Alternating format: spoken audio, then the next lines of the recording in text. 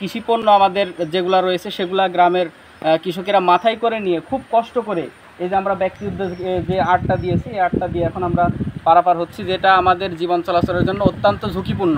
বর্তমানে এখানে আমাদের অনেক সুন্দর রাস্তা ছিল, আর অতিরিক্ত নদী খননের ফলে এটা রাস্তাটা ভেঙে গেছে, মাটি অনেক সরে গেছে, ফলে মানুষের যাতায়াতের সমস্যা হচ্ছে, আমাদের অনেক কষ্ট হচ্ছে।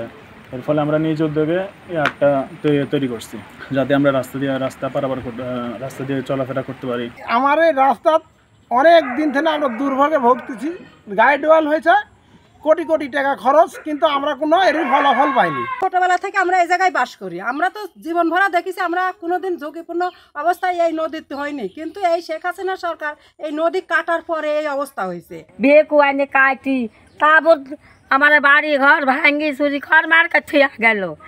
আমাদের দেশে মেম্বার নাই, চেয়ারম্যান নাই, কিছু বলতে কিছু নাই, ভোটের সময় সবই আসে। গরিব মানুষ ভ্যান চালা খায়, কত আমার রাস্তাঘাট নাই, আমার ভ্যানটা অন্য বাড়িতে জমা হতে হয়, প্রতি মাসে 1000 টাকা আমাকে তাকে দেওয়া লাগে।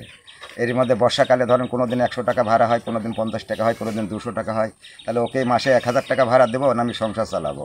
আমরা এখন সুযোগ সুবিধা ভাঙি চুরি, রাস্তাঘাট নাই, ভ্যান ট্যান লিয়া আমার ডান পাশে ভ্যান মাঠের মধ্যে যেতে হয়, 1 কিলো রাস্তা যেতে হয়, পানি যা আমার কষ্ট করা হয়, বৃষ্টি হলে যাওয়ার অসুবিধা হয়। আমাদের এখন একটাই চাওয়া, সেটা হচ্ছে যে সরকারের কাছে একটাই চাওয়া যে রাস্তাটা অতি শীঘ্রই মানে অতি দ্রুত মেরামত করা। প্রকল্পটি পাশ হলেই আমাদের এই রাস্তাটি আমরা করে দিতে পারবো।